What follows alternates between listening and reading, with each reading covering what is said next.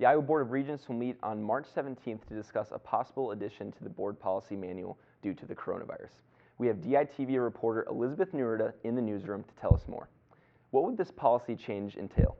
This policy would specifically affect Section 1.1e of the Board Policy Manual, which would allow the Regent President to declare a state of emergency at Regent institutions, which are the 3 public state universities as well as 2 special K-12 schools.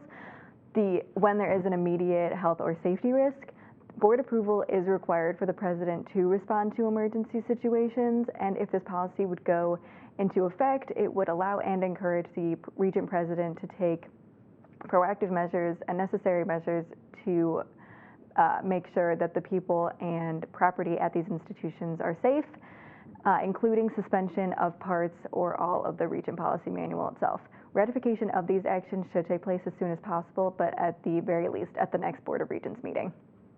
So what would happen if a state of emergency was declared? When a state of emergency is called for a state, it basically means that they can ask the federal government for money.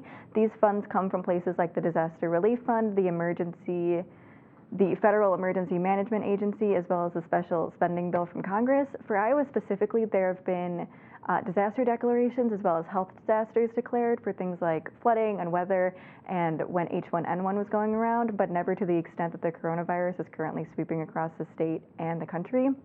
It doesn't look like the state of Iowa is heading toward a state of emergency, as the 3 public universities so far have just suspended classes for 2 weeks, face-to-face classes, and brought them online. And the Board of Regents is just suggesting that every student make the decision that is best for them when it comes to their own health and safety. So it doesn't look like they're going that way, but that is a possibility if this policy change were added. Thank you for that information, Elizabeth. For more information, look for the print edition of the Daily Iowan, which is on stands now.